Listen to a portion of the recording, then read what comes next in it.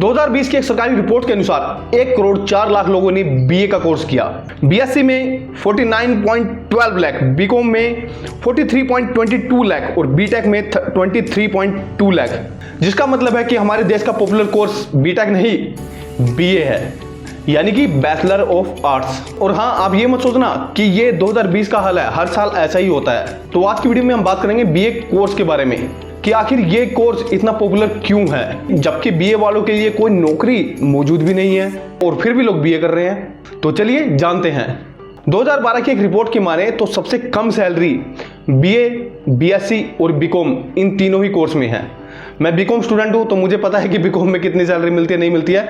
Job मिल जाएगी आपको easily account से रिलेटेड, पर आपको वो सैलरी नहीं मिलेगी जो एक इंजीनियर को मिलती है या फिर एक बड़े डॉक्टर्स को मिलती है। और बीए का तो ये हाल है कि कोई ना 10,000 तक की नौकरी देना भी पसंद नहीं करता। और इस रिगार्डिंग जब कुछ रिक्रूटर से बात करने की कोशिश की गई तो उन्होंने कहा कि हम नॉन टेक में भी बीटेक वाले स्टूडेंट को लेना पसंद करते हैं। और रही बात बीए स्टूडेंट की, अगर उनकी कम्युनिकेशन स्किल अच्छी है तो हम सोच विचार कर सकते हैं। अजीम प्रेमजी यूनिवर्सिटी की रिपोर्ट के माने तो अनपढ़ लोग, स्कूल ड्रॉप आउट और ग्रेजुएट में सबसे ज्यादा बेरोजगार एक बीए ग्रेजुएट स्टूडेंट है।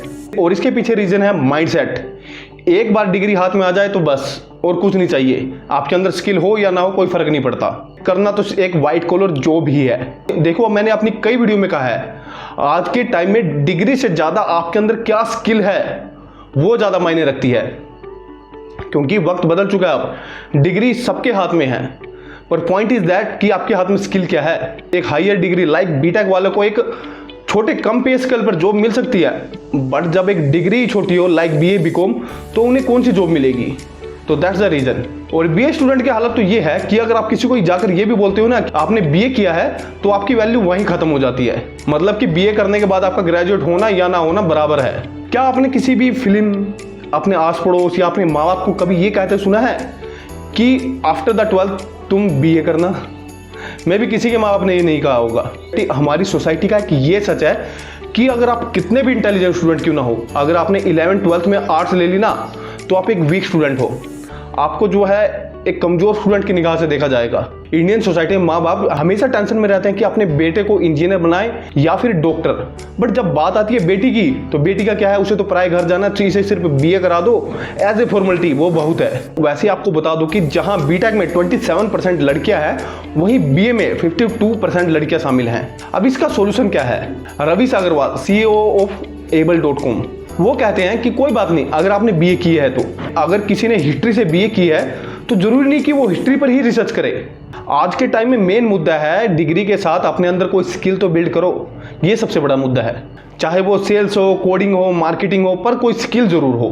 थोड़ा सा अपने अंदर झांको और देखो कि आपको क्या पसंद है, आप क्या कर सकते हो। ऐसा नहीं होना चाहिए कि आप एक तो आपके पास डिग्री भी है, ऊपर से आपके अंदर कोई स्किल भी नहीं है, फिर तो आपका कुछ नहीं हो सकता। और आज के टाइम में जरूरी नहीं कहीं ऑफलाइन सेंटर में जाकर, अपने घर से दूर जाकर आपको स्किल डेवलप करें। ऑनलाइन बैठे ही आज के टाइम में आप बहुत सी स्किल को बिल्ड कर सकते हो, अपने आप को एनहांस कर सकते हो। इंटर्नशिप का बहुत महत्व होता है, पर अनफॉर्चुनेटली बीए वाले ना तो खुद इंटर्नशिप करते हैं, ना ही कॉलेज वाले चाहते हैं कि वो इंटर्नशिप करें। MHRDA की रिपोर्ट के अनुसार 62% स्टूडेंट नॉन टेक्निकल फील्ड से आते हैं, पर उनमें से सिर्फ 9.5 स्टूडेंट ही ऐसे हैं जिन्होंने इंटर्नशिप की हुई है।